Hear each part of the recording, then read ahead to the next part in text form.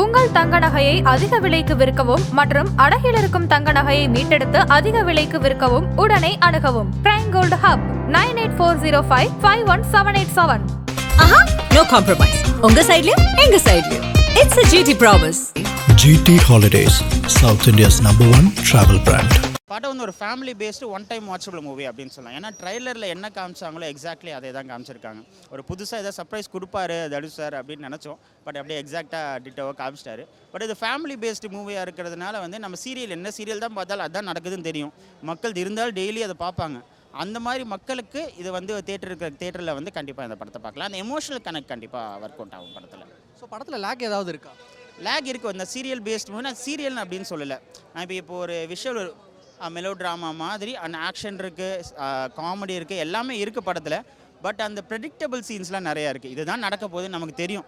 But இருந்தாலும் நம்ம உட்காந்து பார்ப்போம். அது ரொம்ப போர் அடிக்கிற மாதிரி இல்லை. பட் இருந்தாலும் வந்து அதுக்கு இன்னும் கொஞ்சம் இன்ட்ரெஸ்டிங்காக பண்ணியிருந்தால் இன்னும் சூப்பராக இருந்திருக்கு படம். இன்னும் செம்மையாக ரீச் ஆகிருந்திருக்கும். இன்னும் கொஞ்சம் காமெடியெல்லாம் வச்சுருந்தா.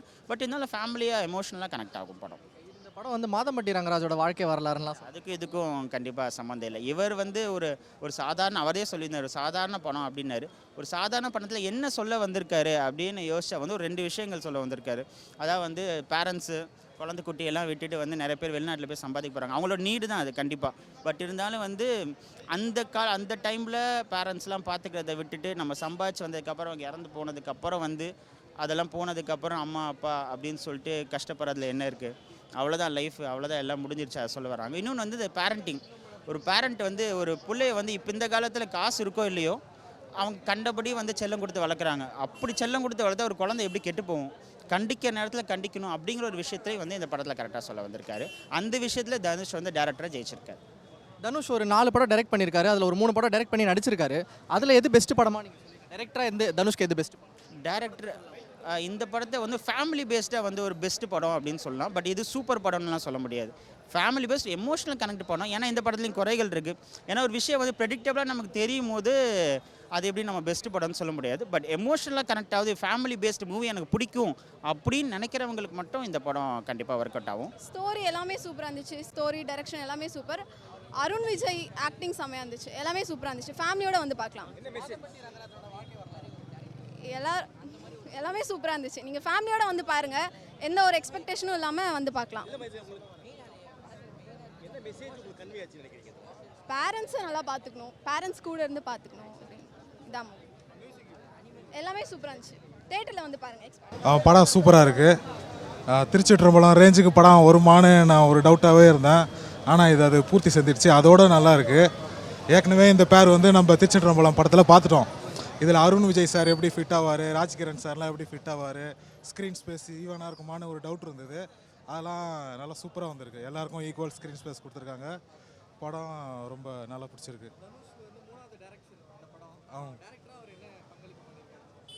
கதை திரைக்கதை நல்லா வந்திருக்கு. வில்லேஜ் ஸ்டோரி இது. வில்லேஜ் ஸ்டோரி அவர் இப்படி எடுப்பாருன்னு நான் நம்மளை எதிர்பார்க்கல. எல்லாமே இருக்குது. திருச்செந்தூர் படம் எப்படி இருந்ததோ அதோட இது சூப்பராக இருக்குது. நல்லா இருந்தது. பாட்டு ஆனால் 2 பாட்டு தான் இருக்குதுன்னு நினைக்கிறேன். அது மட்டும்தான் சின்ன லேக்கு. இப்போ ஏதோ ஊர் திருவிழாவுக்கு போயிட்டு வந்த மாதிரி இருக்குது. பட்டி தொட்டியெல்லாம் சூப்பர் ஹிட் ஆகும். செகண்ட் ஹாஃப் ஸ்டார்டிங்கில் ஒரு 10 மினிட்ஸ் லேக் இருக்கும். மற்றபடி எல்லாம் சூப்பர். நல்லா இருக்குது ஒரு படம். இல்லை bro, family commercial movie, full commercial. கண்டிப்பாக ஃபேமிலியோட பார்க்கணும். நல்லாயிருக்கும். ஃபர்ஸ்ட் ஹாஃப்லாம் அழுவ வச்சுருவாங்க. செகண்ட் ஹாஃப் வந்து கமர்ஷியலாக முடிச்சிருக்காங்க. நல்லா. இட்லி கடையா? சொந்த ஊரை விட்டு போகக்கூடாது. அப்பா அம்மா பார்த்துக்கணும். அப்பா அம்மா இருக்கும்போதே பார்த்துக்கணும். அவங்க போனவர் ஃபீல் பண்ணுறதோ இருக்கும்போதே பார்த்துக்கணும். அதுதான் மெயின் கான்செப்ட். நல்லா இருக்கும். ஆமாம், டேரக்டர் இல்லை, ஃப்ளாலாம் எதுவுமே இல்லை. அவர் ஆக்டிங்லேயும் மாஸ் பண்ணுறாரு, டைரக்ஷன் அதோட நல்லா பண்ணுறாரு. அந்த இதில் ஆடியன்ஸ் சொன்ன மாதிரி நீங்கள் டைரக்ஷனே பண்ணணுன்னு சொன்னார் எஸ்.ஜே. சூர்யா. அது திருப்பியும் நல்ல டைரக்ஷன் பண்ணணும். ஆக்சுவலாக பவர் பாயிண்ட் நல்லா இருந்துச்சு ஒரு மாதிரி. அதோட இது கொஞ்சம் பெட்டராக இருக்கும். கம்பேர் பண்ண முடியாது 3 படத்தையும். ராயன் ஆக்ஷன் மூவி, எல்லாத்துலேயும் எமோஷன் இருக்கும். தங்கச்சி, லவ், அப்பா அம்மா. இதில் வந்து அப்பா அம்மா சென்டிமெண்ட். மியூசிக் ஜிவியோட மியூசிக் பயங்கரமாக இருக்குது. எல்லா இடத்துலையும் கரெக்டாக எலிவேட் பண்ணியிருக்காரு. ஆக்ஷன் வர வேண்டிய அது பண்ணியிருக்காரு. எமோஷன் வரல மியூசிக் ப்ளஸ் பாயிண்ட்டாக இருக்குது. அதை தாண்டி எல்லாருமே இப்போது இவர் இளவரசர் நல்லா நடிச்சிருக்காரு, அப்புறம் சத்யராஜ், அருண் விஜய், அப்புறம் 2 ஹீரோயினுமே சூப்பராக பண்ணியிருக்காங்க. கிளைமேக்ஸ் வந்து நல்லா முடிச்சிருக்காங்க. நான் கூட ஃபர்ஸ்ட் ஹாஃப் நல்லா பண்ணாங்க, செகண்ட் ஹாஃப் ஒரு மாதிரி சொதப்புவாங்களா இருக்கு, ஏன்னா முடிச்சா நல்லா இருக்கும்னு நினச்சேன். நல்லா சூப்பராக முடிச்சிருக்காங்க. லேக் இல்லை, ஃபர்ஸ்ட் ஹாஃப் நல்லா இருக்கு, செகண்ட் ஹாஃப் எப்படி எடுப்பாங்க இன்டர்வல் அப்போ நினச்சேன் எப்படி இருக்கும்னு, பட் நல்லா முடிச்சிருக்காங்க. மாதம்பட்டி ரங்கராஜோட வாழ்க்கை வரலாறுன்னு சொல்கிறாங்க. அதெல்லாம் கிடையாது. அவர் வந்து அவங்க ஊரில் உள்ள படத்தை ஊரில் நடந்த கதையை எடுத்துருக்கிறதா சொன்னார். படம் வந்து பார்க்குறவங்களுக்கு கண்டிப்பாக தெரிஞ்சிடும் இது அவங்க ஊரில் நடந்த கதையை தான் அவர் எடுத்து கொஞ்சம் எக்ஸ்ட்ரா சேர்த்து வச்சுருக்காரு அப்படின்னு சொல்லிட்டு. அவங்க கதைலாம் கிடையாது, அவரோட சொந்த கதை. சூப்பராக இருக்குது படம். ஃபேமிலியாக வந்து பாருங்கள், எல்லாருமே வந்து பார்க்கலாம், தாராளமாக பார்க்கலாம் படத்தை. இட்லி கடையை மையமாக வச்சு தான் படத்தை எடுத்திருக்காங்க. மியூசிக்கு சூப்பராக இருக்குது. அவங்க என்ன பொறுமையாக இருக்கணும், பொறுமையாக கையாளணும் அப்படின்னு சொல்லிட்டு தான் தனுஷும் இதில் சொல்லியிருக்காரு.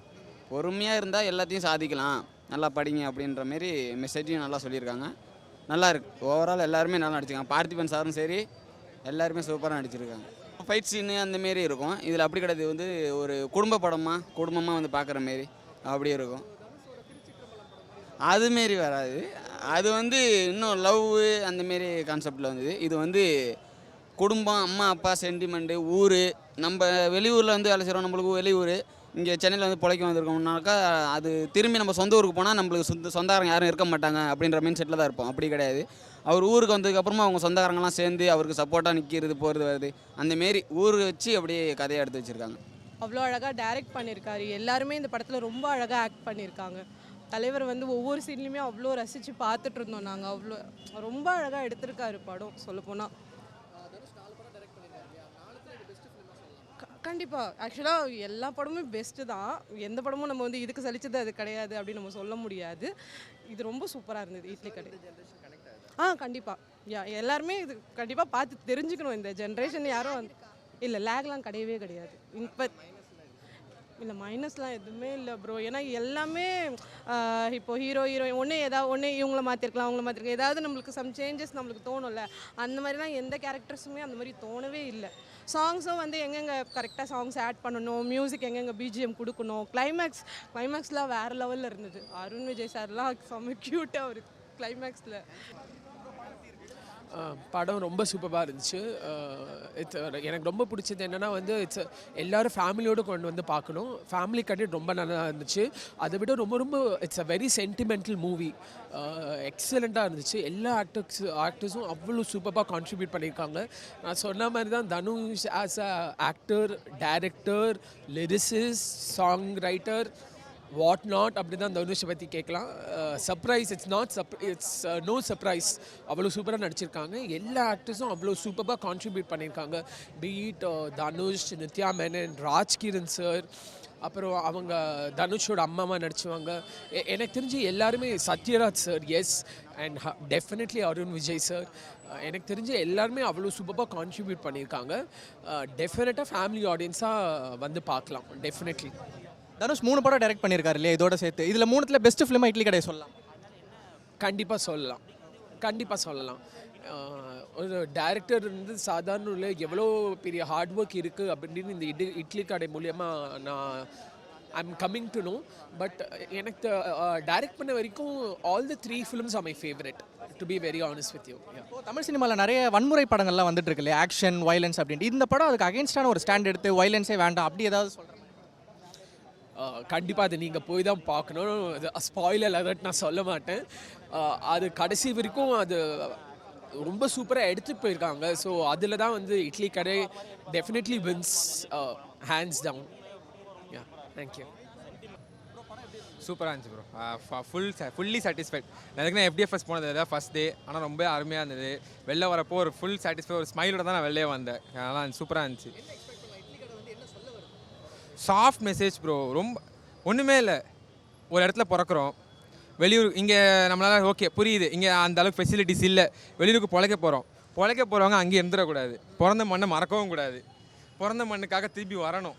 நிறைய பேர் என்ன பண்ணுறாங்க, இங்கேருந்து இப்போ நிறைய பேர் ஐடி கம்பெனி, நார்மலாக இப்போ ஐடி இங்கே இருக்க நிறைய ஐடி ஃபீல்ட்ஸ் வந்து MNC தான், வெளியூர் கிளம்பி போயிடுறாங்க, அங்கேயே செட்டில் ஆகிடுறாங்க, ஊரை மறந்துடுறாங்க, அப்பா அம்மா மறந்துடுறாங்க, அங்கேயே அவங்க வாழ்க்கையை பார்த்துக்கிறாங்க. பிறந்த மண்ணுக்கு ஏதாச்சும் ஒன்று செய்யணும் ப்ரோ. இவங்க திருப்பி இங்கே வரணும். அங்கே பிழைக்க போகிற தப்பு இல்லை, போங்க சம்பாதிங்க, ஆனால் திரும்பி இங்கே வந்துடுங்க. அதான் அந்த கதை. அது ரொம்ப அழகாக தனுஷ் வந்து அந்த நானும் யோசித்தேன், இட்லி கடை எப்படி ஒரு இட்லி ஆனால் அந்த கடையில் அவ்வளோ ஒரு சோலாக அந்த கதையை வச்சு அவர் அவ்வளோ மூவ் பண்ணியிருக்காரு. ஸ்க்ரீன் ப்ளே ரொம்ப சூப்பராக இருக்குது. டேரக்ஷன் ராயன் மாதிரி ஒரு எக்ஸ்ட்ரீம் ஃபிலிமை டேரக்ட் பண்ணிட்டு இங்கே அவ்வளோ சாஃப்டாக ரொம்ப அழகாக கொடுத்துருக்காரு. அது ரொம்ப ஒரு மாதிரி இது டிஃப்ரெண்ட்டாக இருந்துச்சு. நல்லா அவரோட ஸ்க்ரீன் ப்ளே டேரக்ஷன் சூப்பராக இருந்துச்சு. என்ன சொல்ல வரணுமோ அது ரொம்ப எக்ஸாக்டாக, தேவையில்லாத சீன்ஸ் இல்லை, எதுவுமே அன்வான்ட் சீன்ஸ் இல்லை, லேக் பெருசாக ஃபீலே பண்ணலண்ணா.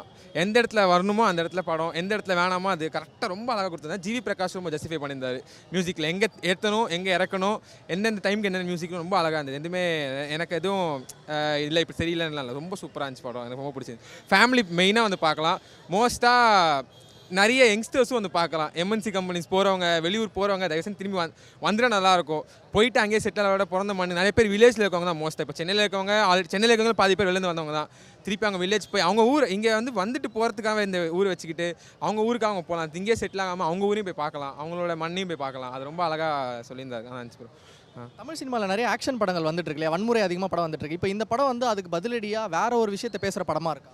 அந்த மாதிரிலாம் எதுவும் இல்லை ப்ரோ. அவரோட கதை, அவர் ஆடியன்ஸ் என்ன சொன்னார்னா, கேட்டிருந்தாங்க சுதாகர் யாரோ ஒருத்தங்க கேட்டிருந்தாங்க நினைக்கிறேன், மாதம்பட்டி ரங்கராஜனோட வாழ்க்கை வரலாம். அது ஆனால் அந்த மாதிரிலாம் தெரியல ப்ரோ. இந்த படம் டோட்டலாக வேறு. அவர் அந்த சொன்ன மாதிரி ஜஸ்டிஃபை பண்ணியிருக்காரு.